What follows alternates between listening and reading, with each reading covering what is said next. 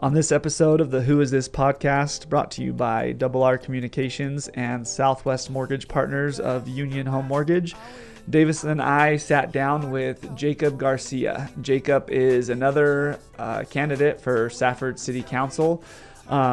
Jacob we've both known for quite some time, grew up with him, went to school with him. I graduated with him, and I'm sorry to say that this was the longest conversation I've ever had with him. It was a really good conversation. He's a great guy. I really enjoyed getting to know him better, and it's a great opportunity for especially those of you in Safford to get to know another candidate with this upcoming election. So hope you'll take a listen and enjoy it as much as we did. Dude, I feel like I haven't seen you since high school. Dude, I was thinking the same thing, and I did a loan for you. It's been a long time, man. We're starting to get all crinkly and gray-haired, and I'm like, dude, I found a couple. I got to pull them out, and then like 5 more show up. At least I got to pull them out. Hey, it's fewer fewer than I've got. It sucks. I've just given up, dude. My beard is getting grayer by the day. I just look, and I'm like having to try and find. I'm like, oh, and then what was it? My girlfriend, she's just like, well, because I always like. I'm like, man, I feel old. And she's like, yeah, you are. I'm like, no. I'm like, stop. And I'm like, I'm going to be 35 this year. I'm like, man, dude, this is hitting hard. This hurts. Yeah. I'll be 36 in August. When's your birthday? September. 37. Ugh. Yeah. Man, the one with the less gray hair is the older one, huh? I know. Dude, no. I just got my hair cut yesterday. If you'd have seen like the side of my head, it's just completely gray. He's got some salt and pepper up there. Yeah. Mine's all in my beard, though. I think I probably have the most gray hair That's amongst crazy. present company. Yeah. That's crazy. Yeah, because, Josh, he has a lot of, with his years on the ambulance and things like that, he's just salt and peppered out, and it's all in the gray, and I'm just like.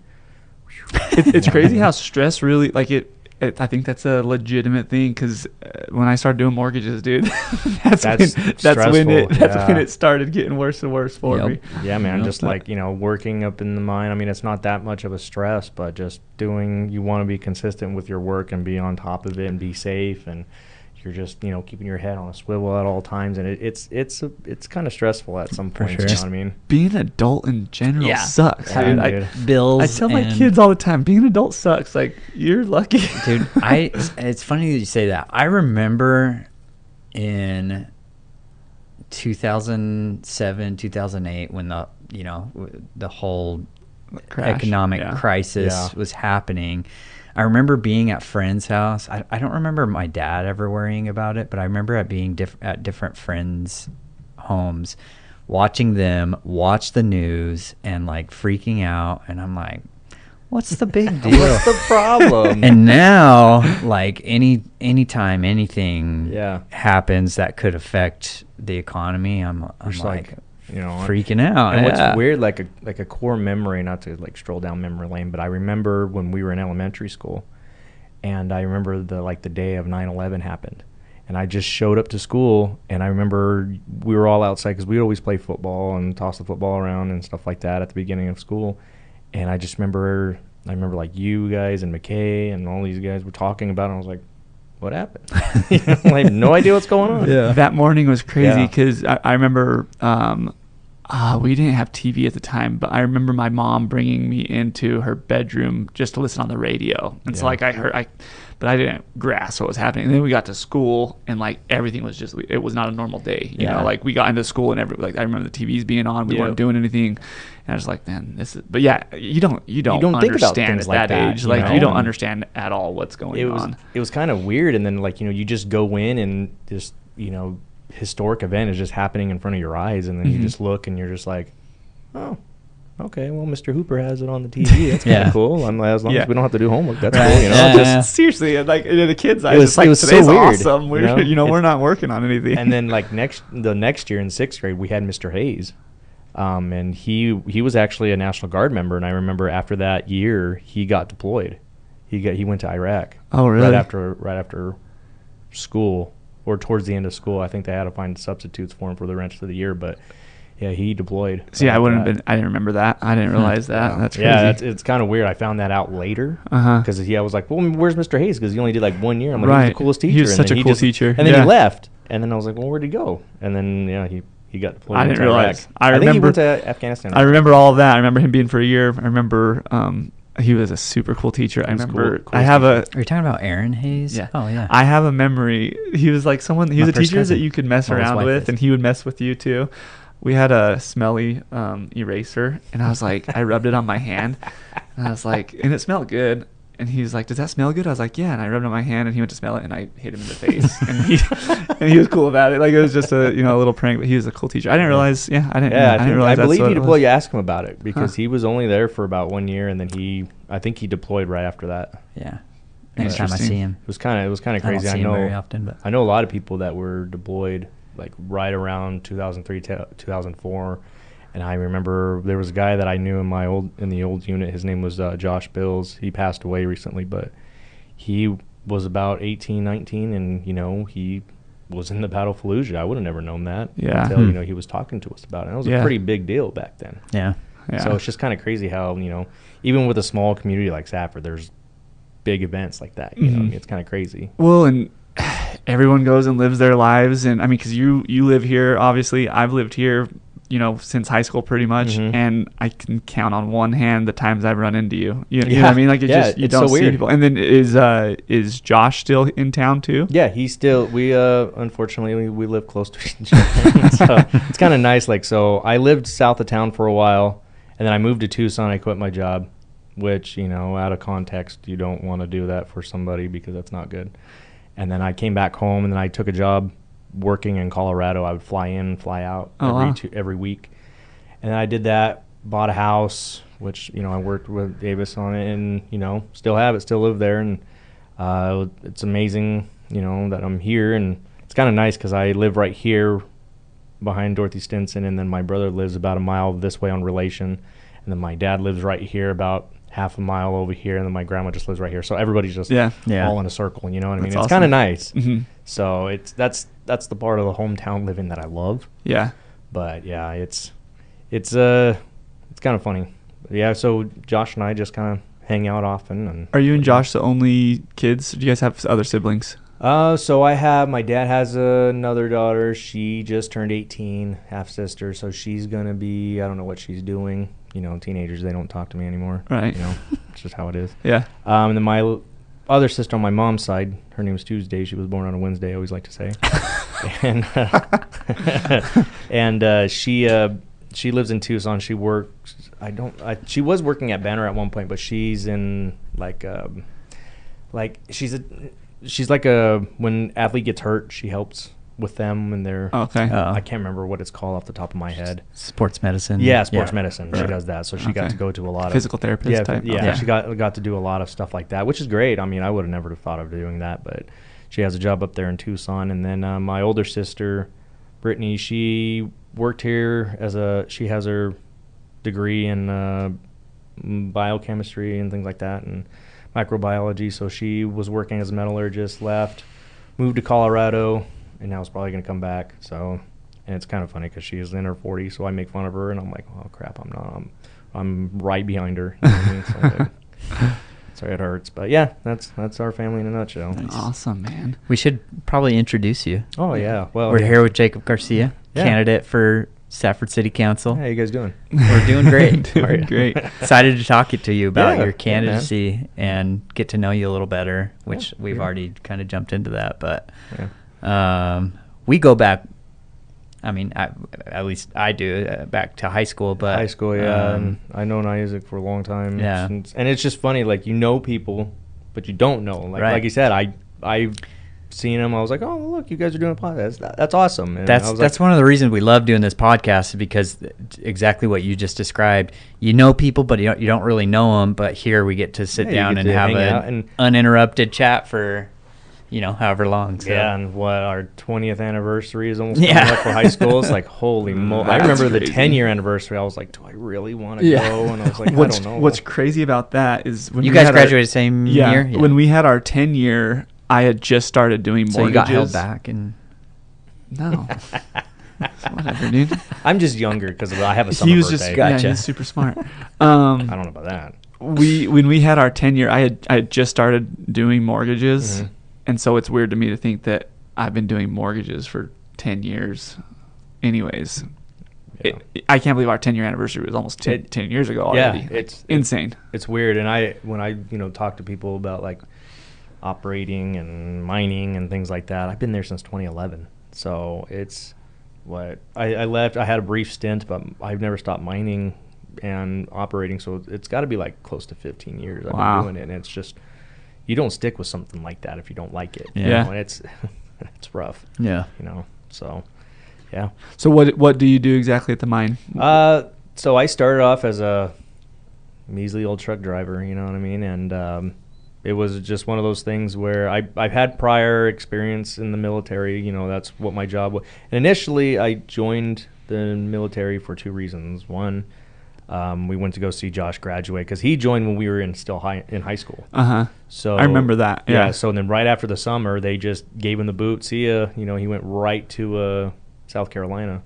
And I remember this was like 2008. And this is like right at the height of like the Iraq-Afghanistan conflict, and we go over there to South Carolina, and they're just marching them in. And I remember there was like red smoke. They threw like red smoke and stuff like that. And Toby Keith's "I'm an American" is playing, and I'm like, holy moly, I gotta do this. This is awesome. Yeah. And then I do it, and I got sent to Missouri in the wintertime, and I was like, this is not what I wanted. You know what I mean? So we did that. So I thought it'd be cool because he was hearing that we were going to probably go overseas with this unit here. And I was like, well, that'd be cool. Let's go. And at the same time, I was wanting to work up at the mine with my dad, you know what I mean? So I kind of think just trying to stay close to that type of thing, staying with family is kind of what really pushed my choices into it. And then over time, once I started getting more and more into it and kind of thinking about how to run, because it just started from haul trucks, and then I went to motor graders, to dozers, to loading units, to things like that. And so the more and more I think about it, the more and more I actually just enjoy it. You know what I mean? It's a lot of hard work. You're sitting in the sun, and sometimes you're just loading directly in the sun. You can't see anything, but hey, it's the fun of it. You're digging at a 8% ramp going downhill, and you have to back up and go like this on the sideways on a 994 loader with but it's fun. Those loaders, I think, are like, I want to say almost 60 tons a bucket. It's crazy. So it's pretty fun. It's crazy how much material is moved. Constantly moved, yeah. Constantly moved at the moment. Yeah. I mean, I think daily up there, I want to say it's close to like 500,000. Yeah. That's insane. Tons, yeah. Yeah. So wow. I could be wrong, be off, but yeah, it's a lot of dirt. We got like 60 haul trucks and 4 or 5. You're in the Safford mine or Morenci? Yeah. I never worked in Morenci. I didn't want to deal with the straight because that's how, my friend, my NCO, the guy I looked up to who ran equipment very well, Josh Bills. That's how he passed away. Really? He something happened on the straight, and I don't want to deal with that. You know what right. I mean? So I always think about that all the time. We always think about 15 seconds. Think about the next 15 seconds. How do you be safe? Things like that. And those type of personal things I always keep with me. That's why it's like I don't want to put myself at risk to do that. I know a lot of people do, but I just couldn't do it. We did learn some good news yesterday. Speaking of that, is that there's going to be added a passing lane to the straight. Hopefully soon. It's been like 60 years. Yeah. It's about time. What she say? Jenny Howard, who's on the ADOT board, said good. that it was passed. I can't remember if she said a timeline, but it was either approved or about to be approved, but it's happening. It's happening. Awesome. Yeah. That straight is. That's good to hear. Yeah. It really is. It's good. No, it's crazy how long it's gone without getting widened. Yeah. For how many? Because it's at least 2 or 3 fatal accidents a year. It seems. Oh yeah, for sure. Yeah. What drives me crazy too is the people that are flying by and passing. It doesn't speed up. They get there 5 minutes faster, if that. Just if everyone just chill out. Let's keep the road safe.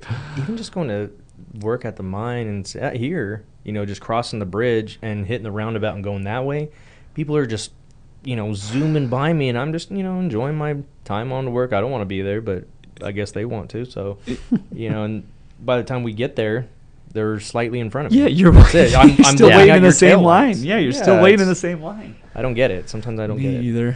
So, yeah, so I've been doing that for a long time, and it's what I enjoy doing, and it's what I do. That's awesome. Are you married now? No. Okay, I wasn't sure No, if you'd. Okay. No, but committed. Yeah, gotcha. Very cool. Very cool. Yeah. So what is this your first time running for city council? Yeah. Okay, so let's talk about that. What's your driving force behind that? It's going to be a little not anticlimactic, if you will, but me and Josh were doing our taxes because we own a little business, and we were doing our taxes on Main Street, and I was just like, I kind of thought about it, and I was like, you know what, I'm already here, just go do it. You know what I mean? And I kind of had an idea to kind of do it. I just didn't know how, and I was kind of very, very uninformed about elections and all that stuff. I've been an independent for a long time, and then I kind of lean more libertarian type of thing, and so that's why it's like, all right, let's go do it. You know, I mean, I don't see any libertarian candidates. I always see a Democrat or Republican or this and that and this, and it's always one way or the other way. That's it. And there's nobody like in the middle. Mm-hmm. And so I just told my brother, I was like, hey, let's go try it out. And so I went and got the stuff, and I was like, well, this isn't. I saw that you have to have X amount of signatures. How many signatures is it? 92. Yeah. And I was like, ooh. Do I know 92 people? You know what I mean? I'm like, ooh, I don't know. So, and then finally I was able to get him, but whew, it was rough. Did you go door to door? Like, what was your strategy for that? Or mainly calling people you knew first, obviously? Yeah. And, you know, a lot of people at work, I know a lot of people up there. And so a lot of people were like, yeah, I'll sign it. Heck yeah. And so that kind of helped me a lot to be, and it's funny because a lot of people, I know I go off on tangent, but a lot of people tend to just be like, if you're nice at work, they have no problems helping you. You know what I mean? So that's why it's like, I had no problem asking people because I'm really close with those people. And I'll just say, I just asked them, can you sign it? Like, yeah, man, I'll sign it for you. Perfect. So they did, and awesome. I got the signature. It was awesome. And then I kind of just thought, you know, why not? And that's kind of how I see it. Awesome. I think it'll work. Do you, what ideas do you have? What do you want? Like, are you looking to bring change, or, you know? I just want everybody to, so as I don't know if you guys are familiar with libertarianism, things like that. It's more like the live and let live principle. I don't want any government to be involved in your daily life. You know what I mean? Uh-huh. The least government, the better. No, like, if you look at, like, in California, how they built the railway, and they spent billions of dollars on the railway, but they can't continue it because of X amount of red tape. Mm-hmm. That's the type of government you don't need. You right. know what I mean? So why are you spending... The government that's preventing things from happening. Correct. Yeah. There's been, you know, in New York, there's a bathroom that was made for $12 million in Central Park. Why was it $12 million? Because you have to have an interior. You have to have this, and it's not as big. It's big as this room. So why is it costing taxpayers $12 million? Yeah. This guy pops up on my feed every once in a while, and his whole page is just dedicated to things that cost less than the California Railway, and then he'll just he'll just list off these things that are like you would expect them to be way more expensive, but they're way less expensive. And the railway's not even served. Like that's not even. It's not even close to being done. Yeah. And it's been going on for almost 10 years, I believe. So that's what I mean when it's like the live and let live principle. I want, you know, I don't want any government intervention with anybody. You know what I mean? I don't want the government to sit there and say, well, you can't do that. And so I had this, there was a couple things me and Josh kind of brainstormed about. And one of them was like they just passed to get a community-based grant here in town or in Safford to do sidewalks, right, to help with the sidewalks. And I'm like, well, instead of hiring a ton of people and tons of money for contractors to come from Tucson, Phoenix, to kind of scope it out, well, this is going to cost you X amount, while, you know, they're still collecting a fee to do all that. Why don't we have the National Guard do it? And one of the things I thought of was, is that something the National Guard does or could do? So the unit out here, when I was part of it, we were just horizontal, which is the road. We built the roads, like they built the range road, right? So really? Yeah. Okay. They spent an annual out to the rifle range. Yep. Yeah. That whole rifle range from the start of the airport road all the way to the back, that was all done in 2 weeks by the National Guard. By the National Guard for an annual training. Yeah. Okay. So they slept out in the field. They did it. This was before I joined, but yeah, they did it, rolled it, did it, and the city came in and paved it. So how much money did we save from labor, man hours, from the city employees. Mm-hmm. So that's what I'm thinking. Okay, and I started thinking, okay, it's $291,000 in a community-based grant for this. If we get approved, how much is concrete? How much is materials? National Guard's already getting paid state by state, right? They're already getting a paycheck month and 1 week in a month, 2 weeks out of the year. So if they do a section a month and it costs them 2 months, how much money are we saving? Because they're essentially working for free. Because they're being paid anyways. Mm-hmm. Yeah. They're being paid by the state. Mm-hmm. So they have concrete layers, plumbers, electricians. And I even suggested, talking with Dave Bell, I was even saying, well, why don't we send some of those electricians to go to the Safford Theater to look into that, to help them? Because, a lot of the time I've been kind of hearing this and that about, the Safford Theater that, people are doing it on their off time and stuff like that. So it's never going to get done. Well, if we can jumble up some money for materials and someone on the civilian side to watch them, make sure that they're following the plans with their NCOs to follow it down, we just have free labor right there. Not saying that we're going to use them as free labor, but that's what they're for. The difference, a lot of people don't know the difference between the National Guard and the active Army. Active Army is just for the actual, you stay on post, you go where they tell you type of thing. National Guard is basically community-based.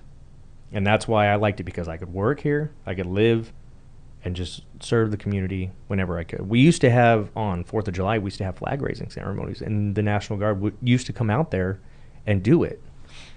And things like, and we don't see that anymore. It wasn't until when we deployed, when I went to Afghanistan, before all that. We did that all the time, but now after that, it was just kind of dead. And that's the type of community engagement I think we need to have. Because if you see a National Guard member walking around, oh, no, the military's here. You know what I mean? Mm-hmm. The guys in uniforms walking around Walmart, why?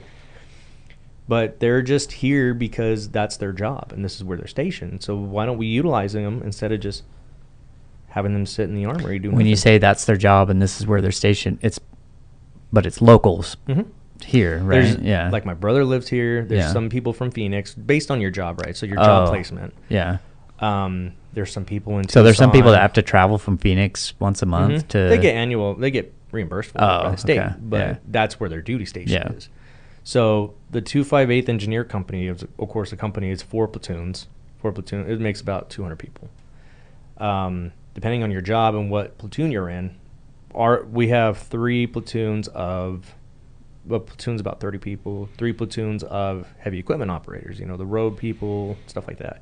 1 platoon is your verticals. We call them verticals because they build up, right? Your carpenters, things like that.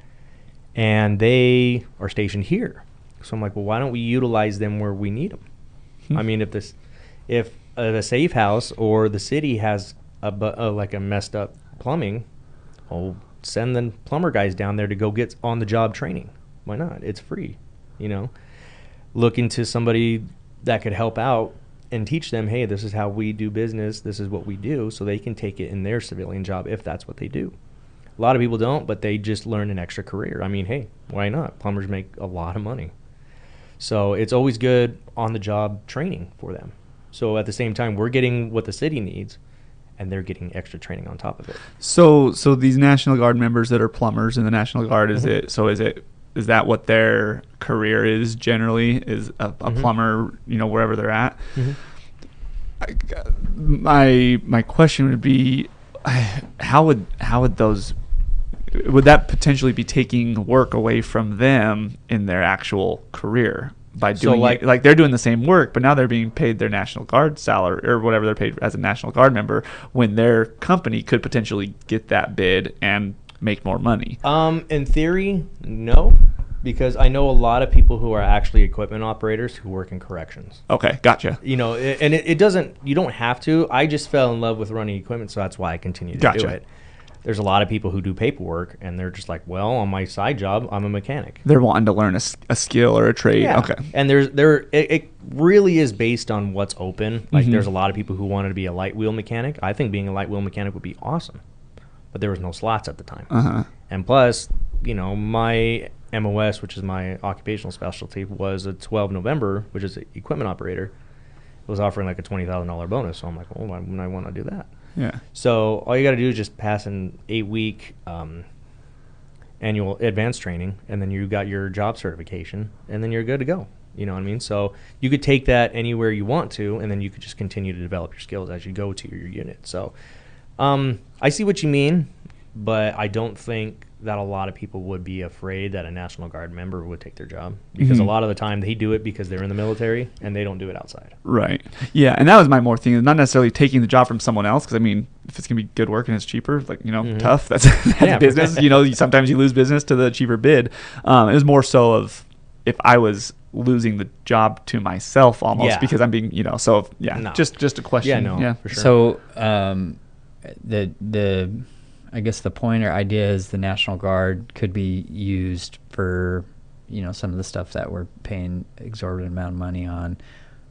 What's the National Guard doing right now? If we're not, you know, if they're not being utilized enough, what is a normal weekend for somebody on a National Guard? So I'm going to go and sit at the post, or yeah, pretty much. I'm going to kind of go based off of my experience. Yeah. When I was in, we used to do a lot of projects. We pulled up cattails in Roper Lake. We would do, you know, grading roads, things like that. We would do little minute projects here and there, just to keep us busy. But what we did is, if we didn't have anything lined up, and we had, because they plan it out a year ahead. So, you know, you're going to be in Safford this time, you're going to be in Phoenix, or et cetera, et cetera. And so basically, if they said you're in Safford, you're going to have classes. You're gonna be, we call it death by PowerPoint. You're gonna be doing classes. You're gonna be doing this. We also call it hip pocket training, which means, well, that looks like something we could train. Okay, let's go over here and train on this. Let's go and do you guys know how to check the oil on a grader? No? All right, let's go check it out. Let's go do a proper book walk around on a grader, and you guys can identify. That's what we call hip pocket training, something that you can just come up with on the fly to keep you busy. Yeah, to just keep busy.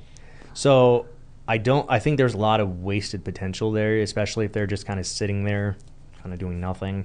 A perfect world for me would just be like, okay, well, we have a bunch of stuff going on at the Safford Theater. Everybody's just there. You have your plumbers and electricians there, and then you have your carpenters and whatever making something for the city. You know, you have all of them spread out doing something different. So that way they're all engaged into something rather than just, well, all of these guys are going to be over here. We don't need all of them, so a bunch of them are standing around. Yeah. Who's in charge of making that decision? Like, I'm curious, like, so for the road that was built out to the rifle range, I wonder whose idea that was, and like who has to sign off on it. It's a lot of planning, but the way it is, I come up with an idea right now, as it, you know, what I like, my thought process would be, we come up with an idea, I take it to Josh immediately, because Josh is I think he's going for his E6. He's going to be a staff sergeant, which is weird. He's going to be retiring. Yeah, that's cool. Yeah, retiring after 20 years, which is crazy. So he's at 18 right now, so he's close. But he's going to take it up to his E7. The E7 is going to be like, okay, well, you know, we have this, X, blah, blah, blah. All right. Then he takes it up to the commander of the unit, and then they just kind of go, okay, what do we need? Do we need material? What materials do we need? Is this paid for? Blah, blah, blah, blah, blah. And they kind of do like a year-out meeting, kind of be like, okay, well, do we need this? What do we need? What do we need? They get in touch with the people, like, say, here, the council or something like that. Yeah. Okay, should we do that? And the city manager will be like, yeah, let's do it. And they're like, okay. And then we'll plan it for a certain date. I wonder if, I'm sure there's countless projects where that's never even been considered. Oh, yeah, I'm sure. I'm 100% sure. And I think a fresh focus on that, I mean, even then, just painting lines on the road. I'm wondering if that's even known, that and it might be well known. Obviously, this isn't my world, but this is news to me. I didn't know that was something the National Guard could even be used for. So I wonder if that's something that's even known as an option for the people that are making those types of decisions. Are there other communities that you're aware of that are using National Guard to... The only thing I could probably think of is probably maybe like the city of Phoenix using it, like, you know, in conjunction with the city of Phoenix. Yeah. But I don't think there's anything kind of thinking about what I just explained to you guys. I really have no idea. Because I really think it's... How much money do we spend on bringing in a contractor to build something for us? To look at the plans, blueprints, build it, and then charge it. How I just want to know. I don't even know. Right. I'd have to look, do a lot of research on that. But and like you said or mentioned, you'd have to have someone on the civilian side because I know that the question mark would be, well, the quality of work, just because it, the saying goes, sometimes you get what you pay for. So I'm sure that would be a concern. But yeah, if you had someone on the civilian side that was managing it and making sure, quality control is being done, I mean, let's face it, a lot of times it's just labor, and you don't necessarily have to know a lot for the labor, and that's where you get the training and all that. So that's a very interesting idea. It could just be, even if I don't want it to be just for Safford. Mm-hmm. If something goes on in Thatcher, do it. Anything in the Gila Valley, that's what the community that they're in. That's where the armory is at. Mm-hmm. And initially, the armory was put there because when the Clifton floods would happen a lot, they would have the National Guard come out there on call, say, "Hey, we need to dig these out. We need bodies." That was an engineer unit, so they would go and help the floods in Clifton. But since they don't really do that anymore because there rarely floods out there anymore, it cost too much for them to keep everything here, because you have to have a full-time guy, you have to have maintenance on your equipment, you have to have people and personnel. So it's a lot. But if it's been like the last 3 to 5 years they started really revamping it back up. So I just thought, hey, this is a perfect opportunity to be more accustomed to them and asking them and talking to them. A lot of these some people come from Flagstaff to come down here, and some people live in Tucson and things like that, and they come out here and can do work for everybody. I think it's just one of those things that it's untapped potential that we could be doing for anybody in the Gila Valley. Oh yeah, well, Pima needs something. Okay, run down there in your LMTV and go help them out. Very interesting. Yeah, I would love to see the logistics on all that, how that would, how that could happen. I know that we've raised a couple of things. Me and Josh have talked about it, especially because, the guy who's in charge of the unit right now, his name is Sergeant Mowry, and him and I go way back. We deployed together. So I know, we can work something out, and I just know how it could work. And I think it would be one of those things. And sometimes it might just be that connection, having someone like you on city council that knows that's your world, you're familiar with that. So having that connection on both sides could be a very valuable thing, and potentially save a lot of money. Yeah, I don't want to just be like, well, we're going to build this and we're going to cost $10 million of it because we can. And just accept that. Yeah, accept it. And, a city council member makes about $600 a month, right? Just doing their job. And I've always thought, as in the libertarian principle, I don't want to live off any money. The only money I do collect from the government is VA, right? So I don't want to take taxpayer money. I always thought, I'm going to get that $600, I'm going to cash it, put it in a little purse or a little satchel is what I'll call it, you know what I mean, and distribute it out. I'm going to donate it. And I always wanted to say, if I ever made it to Arizona Senate or something like that, I think it'd be cool to do that. But whatever money I make over there, I'm like, just give me about $500 for gas, and the rest of that money can donate to the Wounded Warrior Project. I don't want it. I don't need your money. I have a job. Unless it's my full-time job, then give me at least a job to pay my bills. But I don't want to make $212,000 a year for the rest of my life being in Congress. It's wacky. Yeah. It's kind of dopey to do that, because then somebody could be here, mess up and not listen to their constituents, and they still collect the salary for the rest of their life. Right. It's dopey. I don't like it. Yeah. So that's my plan. I don't want to keep any money that's not mine. That's my main goal if I ever do it.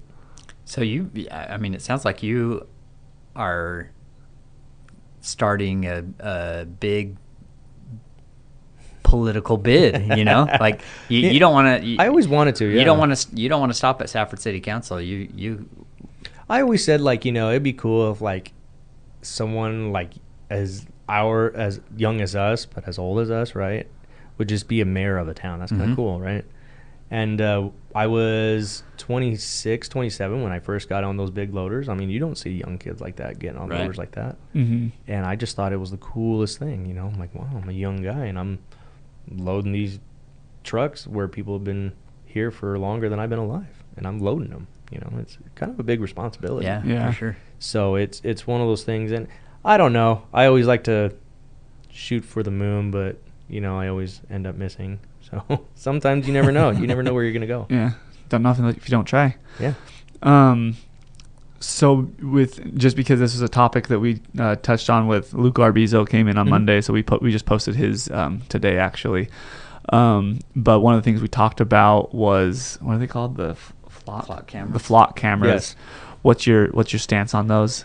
I believe, and I don't know. I believe Luke graduated with my sister in high school, so I don't know. But I think he might be a little older. He's 50.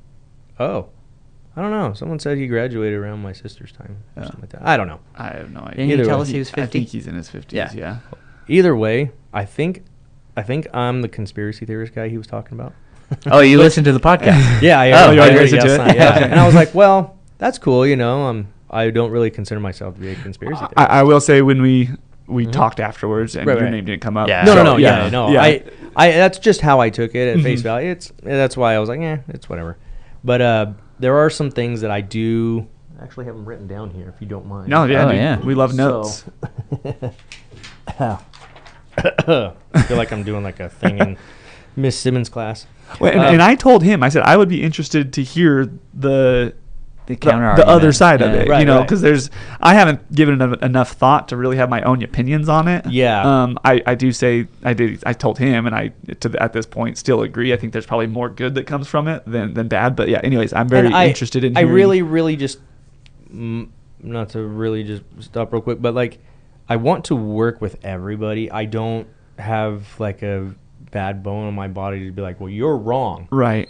Or, which is a big quality to have. Yeah. I'm relaxed, man. Mm-hmm. Like it's, let's talk about it. I sound like a hippie, I'm like, I'm cool, man. I'm cool, So basically, the whole idea with the flock cameras, it's about consent, right? It's not about the cops watching for a lot of people. It's about where does your data go? Okay. So a lot of the data goes into a lot of the data centers, right? You got to store all that data somewhere. It's like a 24/7 live camera. So that's why a lot of people are like, well, we don't want AI data centers either, because that's the type of information that gets stored into those things, which sucks up a lot of water, which, is detrimental to our community, right? Because, look at San Carlos. It just dried up, because we're taking the water. Mm-hmm. So that's a lot. That's the big focus of it, is just where does your data go, and you can't control where it goes. So if the Department of Homeland Security says, oh, well, I just want to take all this record of the city of Safford, you can't do anything about it. There's nothing you can do. It's gone.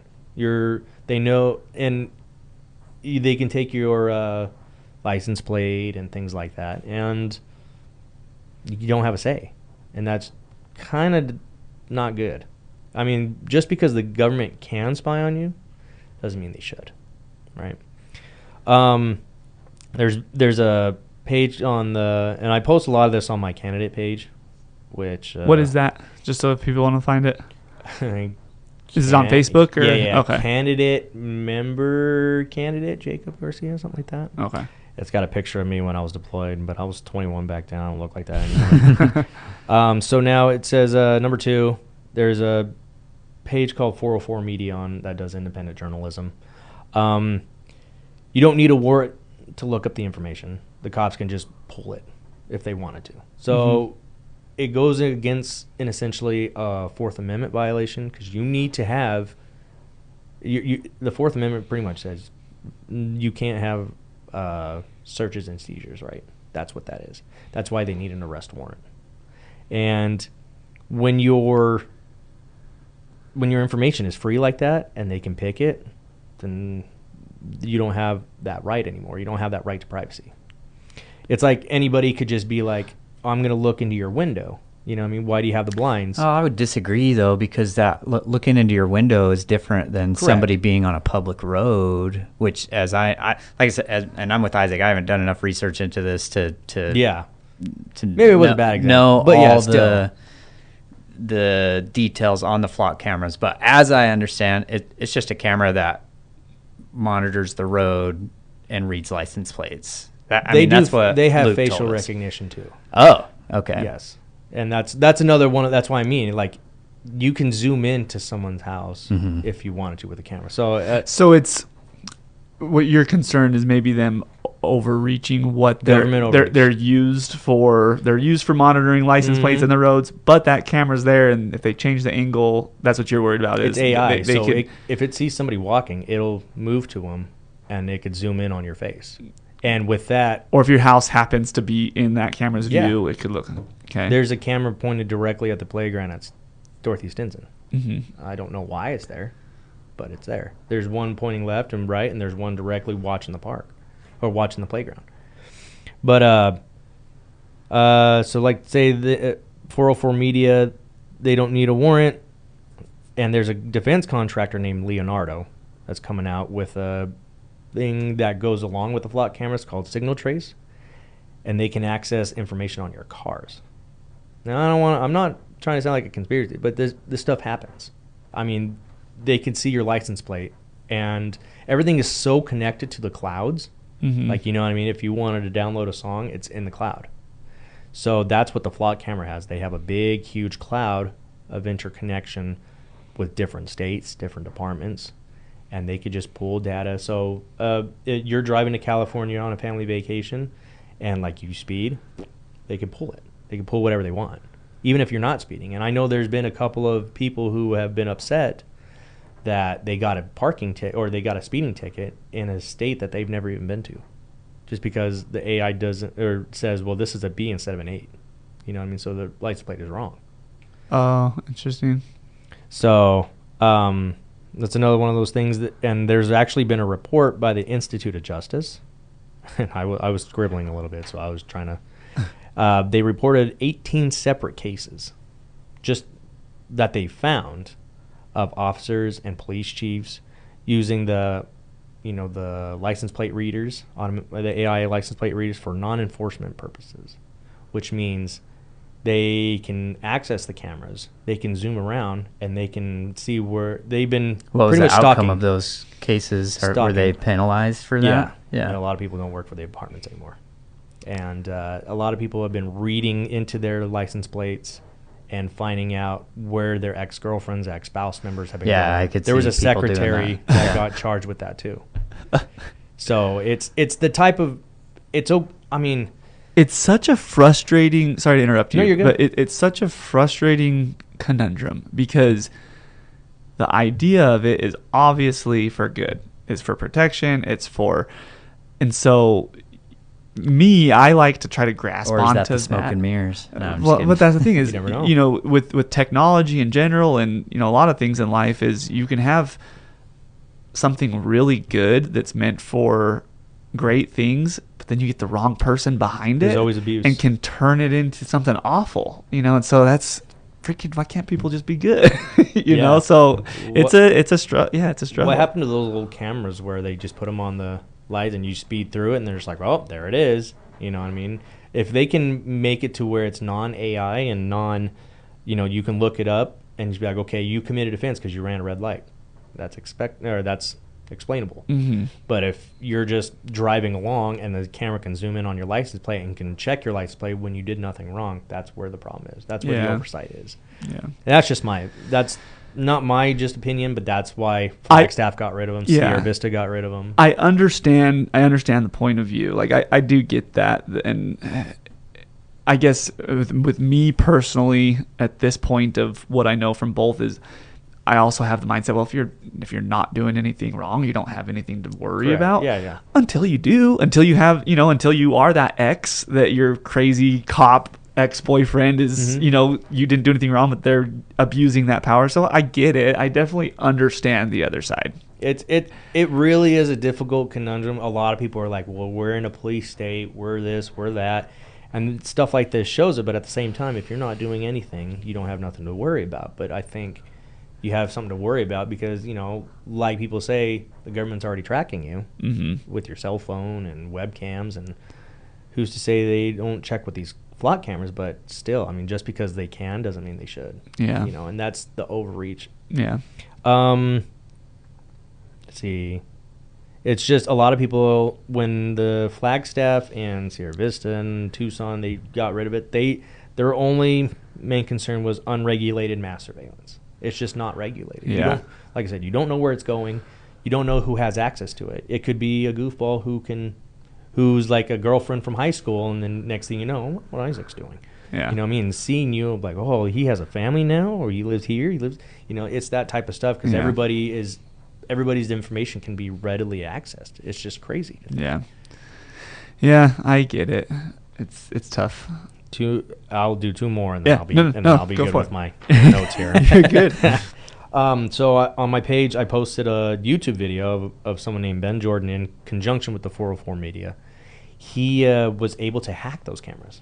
He actually just walked up there, just without any login credentials, walked right in, was able to look into him, and found him, and found a database of where he was watching live cameras of people in New York, Chicago, things like that. That's crazy. And the camera actually like zoomed in on the people. He didn't even touch it. You could see it.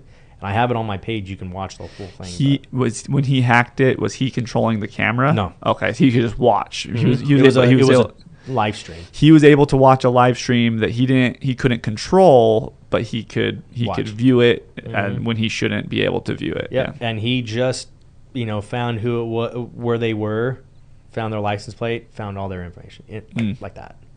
And that's where it's just like, automated, and it like has, like I said, automated AI zoom on people, and it zooms in on their faces too. So he had to blur out their faces. So it's like they don't know they're being watched. Right. And there was one thing that one guy that he was talking about, and it kind of hit a little home, because there was a guy. It was watching a park. It was a camera just watching a park, and the guy slowly just strolls in. The park is empty. He's strolling in. He's kind of looking around. It's kind of about, in our age 30s, looking around, and then slowly just walks into, like a cat creeping. And he walks over to a swing and just slowly starts swinging. And it's just like you're watching somebody in a vulnerable moment like that, like where it's like minimalistic. There's nobody here. I just want to do the swing and remember the good old days type of thing. So it's like that's where the mass surveillance comes in, and that's where people get a lot of pushback on it. Yeah. And I understand. I mean, you have to have some sort of system to find the bad guys. Yeah, and that's the that's the argument contrary to it is in the same park, if someone happens to come and take my kid, I would love to have that camera zoomed right in on that guy's face that took my kid. And so there's good to it too. I understand the people don't want to be watched. I get that. Yeah, I get it. And there's a couple of other like better type of camera systems that are out there. I'm not saying we should, because the libertarian in me just says no. Yeah. But if the city was going to do that, I wouldn't invest into a flock camera, because if the government's giving you money to say, here you go, put these up, and you take the money, then it's just like, oh well, what can they do? You know what I mean? So I think there's other options out there to do that type of camera looking at people, things like that. And it's not hackable. You can get a warrant to search it, and you have to get a warrant. You know what I mean? There's different things. Maybe a better option. Yeah, way better options. It's always like, okay, do I want to buy a TCL TV or an LG? You're going to go for the LG because it's better. And then the last one, the Supreme Court decision, Carpenter versus the U.S. It pretty much said technology enabling the government to track and monitor public movements in real time and retroactively pose a significant threat to the Fourth Amendment. So that's where a lot of people get, messed up about. So, yeah, and I can see the concern too of like it's an entry into other things. If they can watch you here, what else can they do? It's a gateway drug. It is slippery slope. Marijuana's a gateway drug. But there you go. That's my thing. I'm glad you brought that in, because I was, after talking with Luke, I only saw the one side of it. Yeah. And I will say, on Luke's behalf, it was never about. No. Yeah. So I get that. Okay. I would just like to just you know. Well, but and I'll be honest. After we were done talking, I said I told Luke, I said we have Jake coming in later this week, and he's a younger generation. I'm wondering what and I kind of had a hunch that you were going to be on the other side, and he's like, I don't know, you know. He's so yeah. Just so you know, it was never. Yeah, no, that's okay. I was just ready to bring in my tinfoil hat and be like, let's go. Yeah, no, I mean, listen, and say what you will about conspiracy theories and the government. I'm sorry, but I think some of them are probably truer than we realize. Some I mean, of them are crazy. I think we would be crazy to sit here and say that we know everything that's going on in the government. We never know. I don't think we know anywhere near what's happening. I mean, we're barely figuring out what happened to JFK, and it's been how long? Yeah. So I don't know. I try not to be a conspiracy theorist, but then not, you know, sometimes you got to put the tinfoil hat on and just, you know, be prepared. It's important to have your own thoughts and your own ideas and explore things. And that's why, like, you know, a lot of it, I did watch Luke's interview, which was good. You know, I think he's a good guy. Mm-hmm. You know, I don't have any vitriol for anybody. I want to work with everybody, of course, but I think that's why I was ready to get in here, because I was just like, well, here's the other side of it. Which is what we wanted too. It's open. I just want people to open their eyes and formulate an opinion rather than just looking at a Facebook comment and being like, yes, you know. Yeah, and it makes sense that people have different opinions. I mean, we're talking to someone who was a cop his whole life. Makes sense he's going to be more on the, you know, on that something side. that helps public safety side. On the public safety side of it. And honestly, that's why I think it's important to have both sides sitting on the same council. So you don't want a council made up of everybody that only thinks one way. You don't want that. You want alternative opinions and ideas, and, you know, come to agreement together. So. Yeah, I mean, and do you think not to toot my own horn, but be beat, but do you think anybody would have like the idea to use the National Guard in any sense like that? You know what I mean? Right. To save money, to, you know, not hire a contractor from Tucson and spend millions of dollars to put a couple of lines on the road. Right. You know what I mean? So it's forward thinking, it's progression, but in the right way, in a sense. And, you know, I'm working with a lot of people since it is a nonpartisan election, I try not to really say I'm a libertarian, but I want to say I'm a libertarian because, you know, it's good if people look at the libertarianism, what they actually stand for. I think that's fine for people to know. I mean, people need to know it's another attribute of you know, and people want to know who they're voting for. And so I don't think there's anything wrong with talking about that. Yeah, I feel there are some things that I just feel that are in some way, shape, or form inappropriate in a sense. Like, it's a nonpartisan election. I don't want to say, hey, guess what? I'm a libertarian. So it's just like, well, I have the principle. I could say I have the principles, but I'm a registered libertarian. And I think there's only like 30 in the county. So it's not much. So it's one of those things where we start grassroots and we work out. I mean, you're not going to see anybody on the state senate because everything is just too left or right. That's right. How it is, and I don't like left or right. I think there's a lot more. So you say that you think in the county there's only 30 total people registered as libertarian? I think so. I mean, that's your understanding of it. I think there's a lot more people that probably have a libertarian mindset that aren't, but I mean, it's just how it's always been. You either register this or that, but I feel like there's so many more people that are in the middle but are afraid to. Well, that, and you want to be able to vote in the primaries, and if you're a registered libertarian. Yeah. I think it is a recognized third party. So I think you can vote in the primaries. But can you vote? But you can only vote for a libertarian, right? If there's a libertarian candidate. Oh, okay. Because I know. I don't understand. Honestly, I don't understand politics. I don't understand a lot of it. If I am a registered Republican and there's a Democrat primary choosing who is going to be the you can't do that. That's what I'm referring to. Gotcha. I thought you meant like the whole election. Yeah.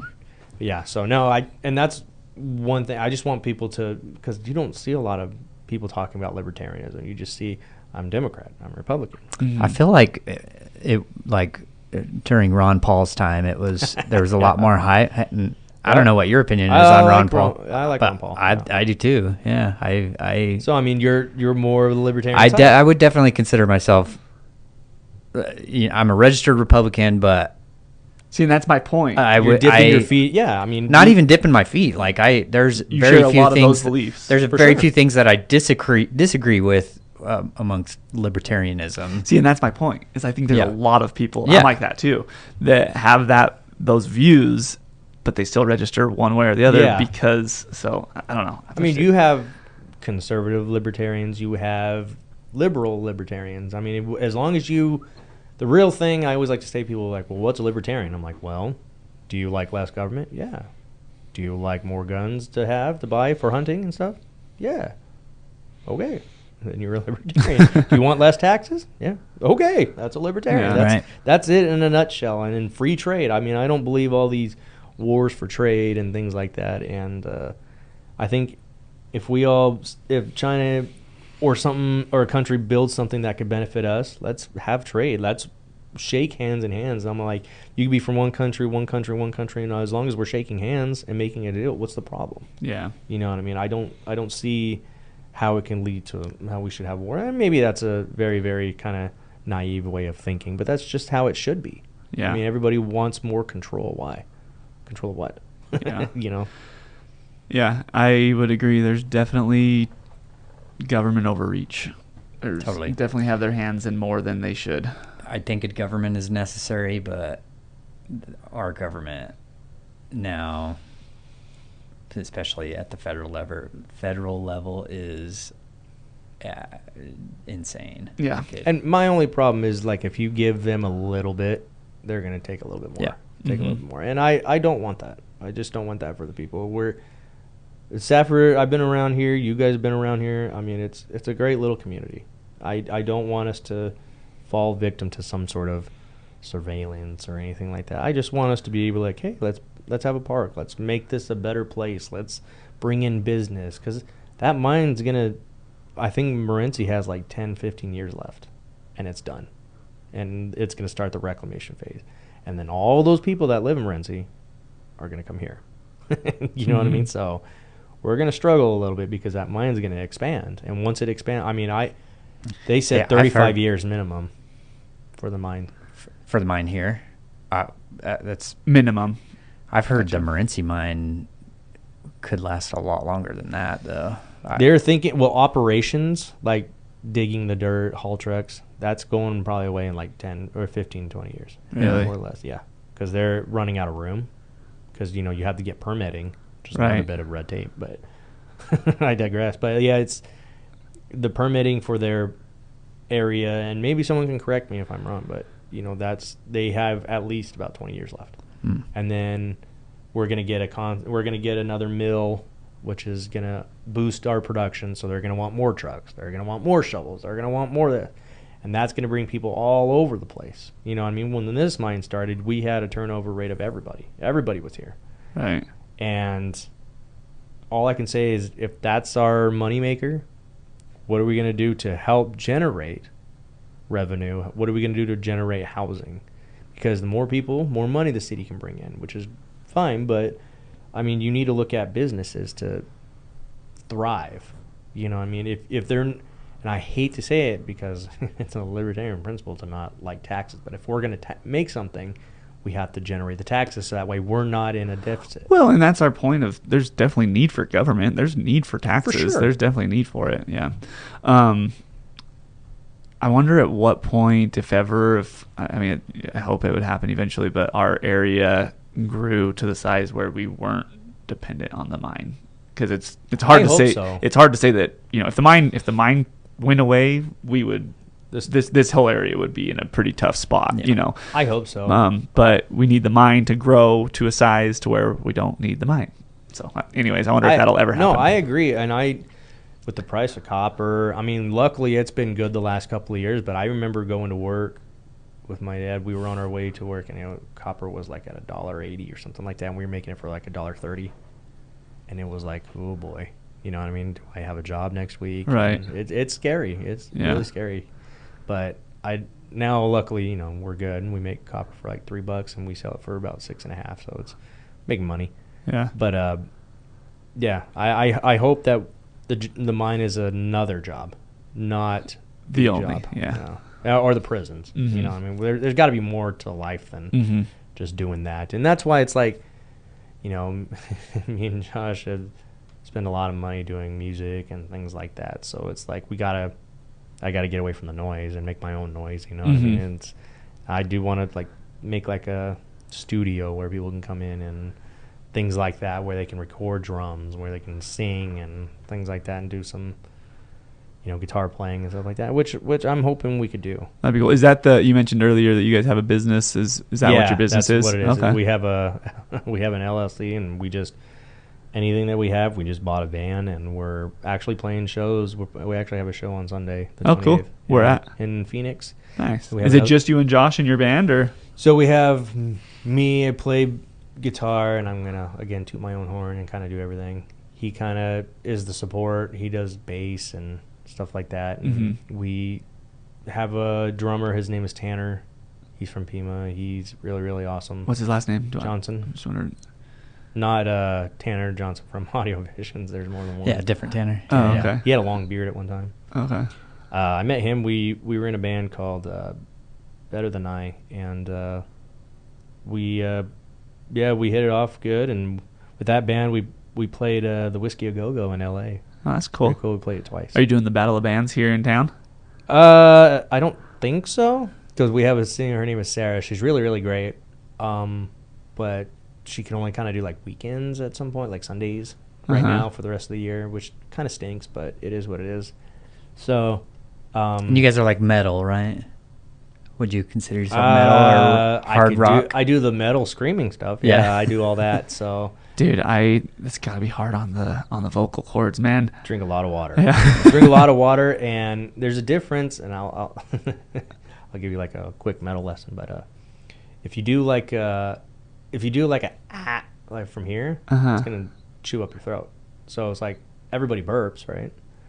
When you burp, you kind of right? That's it. That's how you do it. That's how you do it without messing your stuff up. You just use this instead of this, and that's the best way to really do it. But if you do it prolonged, and a lot of people do it like really, really fast and really, really, you got to be hydrated, and you got to not have a cold. You know, drink some tea. There's a couple of chamomile teas I drink, and some honey, and especially before when we were going on for like playing a 30-minute set, and most of the set is me screaming. It's not easy.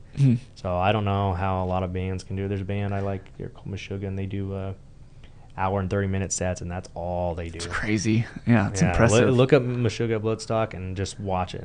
It's just like, holy cow. It's insane. So yeah, music is one of those things that, fall in love with Linkin Park, and that's what really inspired me to really start screaming with Chester. I remember I was listening to like the first Linkin Park album, and had when the MP3s were brand new, the MP3 players, and I was just sitting there. I had my headphones on, and I just listened to like the first album and Reanimation and Meteor, and I was just like, holy crap, how is he doing that? Yeah. And then once I started getting older in the high school, I started doing it, and it was just like, well, I'm burning my throat. I don't like it. And then once I got out of high school and I started kind of doing more with it, and I was like, all right, I can do this. So I'm trying to work my range, go higher and lower, but it's rough. Yeah, I couldn't do it. It's a lot of strength. I'll sing like along to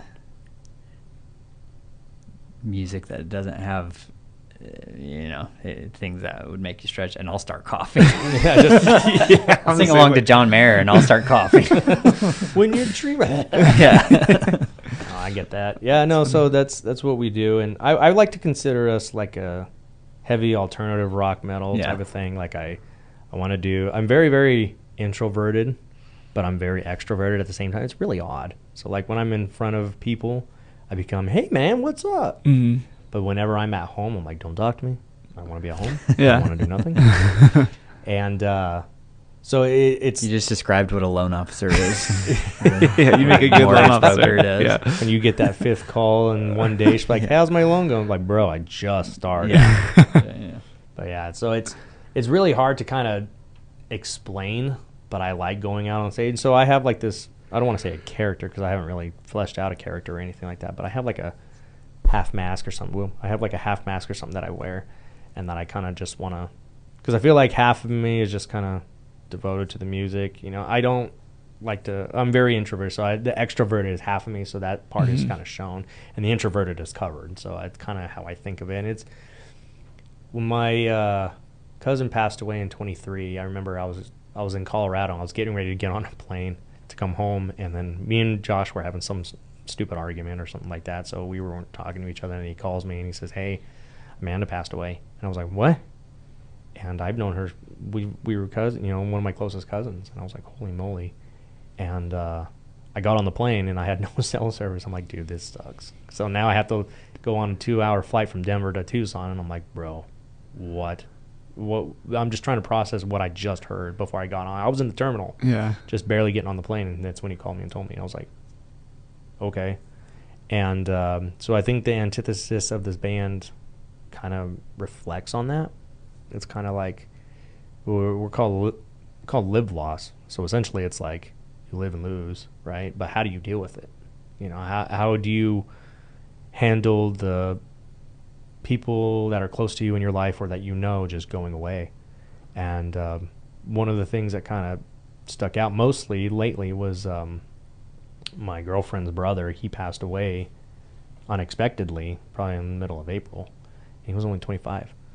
And we drove all the way to El Paso to have a show there, and I'm just like, well, for the rest of the year, because he was a big fan of the band. There was I think maybe one or two family members came to when we played Battle of the Bands in 24. But he was one of them. He actually showed up. Him and my girlfriend's mom showed up and watched us play, which, I thought was awesome. He was really, really a big fan of it. And I wanted him to kind of be a part of the band in the sense, helping us move gear and be associated in that part of the band, see how it works. That way maybe, he's still young. He could do something like that if he wanted. And then I was going to ask him to come to El Paso with us and help us, because we run in-ear monitors. I don't know if you guys know what that is, but we run in-ear monitors so he can help us with our mixes and stuff like that. And then before I actually was able to ask him, he passed away. And so it kind of hits to the point where, how do you handle it? And, I knew him, but of course, my girlfriend's family was in shambles.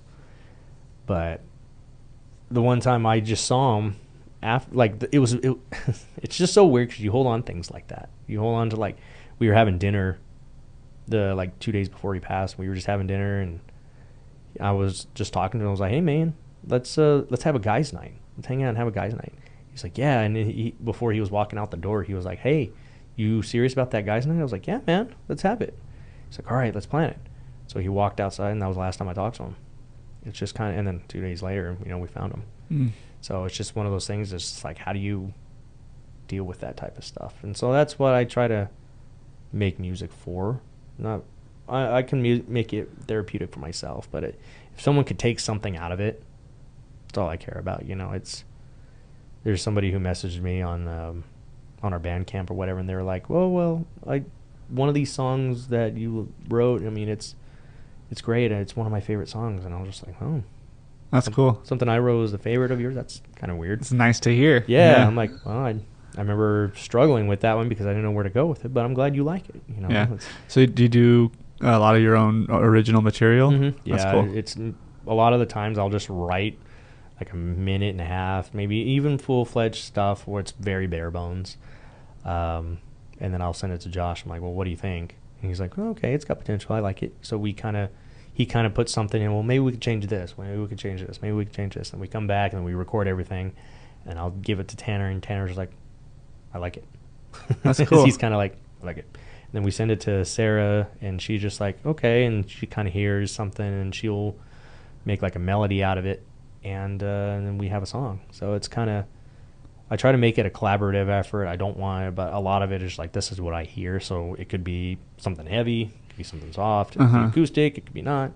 I just don't know. Depends on how you're feeling at the time you're writing it. When I walk in the room and I turn it on, time to go. You know, what do I do? So, that's cool. Yeah, it's a hoot. That's awesome, man. Where can someone find your music? Shameless plug time. So we have we're on all the streaming platforms. Yeah. Just under Live Lost, you can look it up. We're on YouTube. You can visit livelostband.com. One word? Yeah, just no caps or anything. livelostband.com. Okay. And on our Instagram, it's Live Lost Band, and then you can follow us there. And we're currently writing some stuff now, and hopefully we can get out and play. We have 2 shows coming up, and one's at the Yucca Tap Room in in Tempe on Sunday the 28th, and then one on July 12th and Groundworks in Tucson. So hopefully we can get more. Yeah, that's super cool. I had no idea. Didn't even know you were into music. That's why I like doing this podcast. Yeah, it's a struggle. That's awesome, man. I love seeing people do what they love. Whether that's their actual career or something they're doing on the side. I think that's so important to find that thing that you like and do it as much as you can. So good for you. Be able to do that. Yeah, man, that's awesome. Well, cool. Anything else that you wanted to hit before we wrap it up? No, I just wanted to say, if people vote how they want to vote. I mean, if you guys lived in Safford and you were just like, well, why should I vote for you? I'd be like, well, if you don't like what I say or you don't believe what I say, then don't vote for me. But I want you to vote with what you believe should happen. It shouldn't be you're influenced by this person or that person, or I got to stick to this party or that party. You never know. I mean, I want everybody to voice their opinion in one way or the other, whether they're for it or against it. And I'm happy to hear it. And all the time, I always say my phone and give out my phone number all the time. You guys, everybody's willing to call me and ask me. I have no qualms about all that. Just message me on Facebook or something like that with a question, and I'll be happy to answer it. If I don't know it, I'll look it up and ask, catch up with you about it. Yeah. So I think if you do things with intention, that's where you get your answer. You know what I mean? So if you have to say, well, I'm going to do this, and someone's like, why? And you're like, well, I don't know. Then what's genuine about it? Mm-hmm. But if you sit here and say, I'm going to do this, well, why? Because X, Y, Z. Oh, I didn't think of it that way. Just like today. Well, I didn't even think of it that way. That's how it is, and that's how it should be. I don't want to sit here and say, well, your money's safe in my hands. You know what I mean? Because who knows? It might not be. But I want you to vote the way you want to vote, and I hope I can get in. It's my first time. That'd be cool to get in. But if not, stinks. Try again next time. Yeah, the voice of the people have spoken. So it's just how it is. But appreciate you guys letting me be on here, man. I'm glad you took time out of your day to do this. I could talk all day. Yeah. Well, and I just hope that people do the research into the candidates and have those conversations, because otherwise it's we're in a small town. A lot of voting just, unfortunately, I think a lot of people vote based on their last name or who they know instead of. I just I'm 35. I've been on across the world once or twice. So I saw a lot of things over there, and like I said, I was very, very captivated by the culture in Afghanistan. I had 3 interpreters, and I wrote recommendation letters for them to get their citizenship, and they have their citizenships now. So I take that very, very special. There's a time just working with the culture, hearts and minds is what I call it. So it took me all over the place, and I'm happy. I'm beyond grateful to go, because I got to meet people. I didn't get into, now Josh, on the other hand, he got shot at, but I didn't. I worked with a bunch of, people who were willing to learn just like I was. I mean, those Afghan guys, they couldn't drive. So I had to teach them how to drive. So, being the mentor, that's where I want to be. I want to be a mentor. That's really what shaped me to be that way. Yeah. Cool. So. Well, that's awesome, man. Yeah. Well, I wish you the best of luck. Yeah, thank you, man. I think you do a great job, and it's a pleasure talking to you. Of course, man. I've known you my whole life, and probably talked to you 10 minutes. I mean, it's just one of those things, So that's really why I enjoy doing this podcast, is getting to know people, and that's why we do it. So we'll get it out probably early next week. Get it posted, and we'll share it, and hopefully get as many listeners as we can for you. I'll be here, man. Appreciate it. Thank you, guys. Well, cool. Thanks, Jake. Yeah. Thank you. Like Gucci.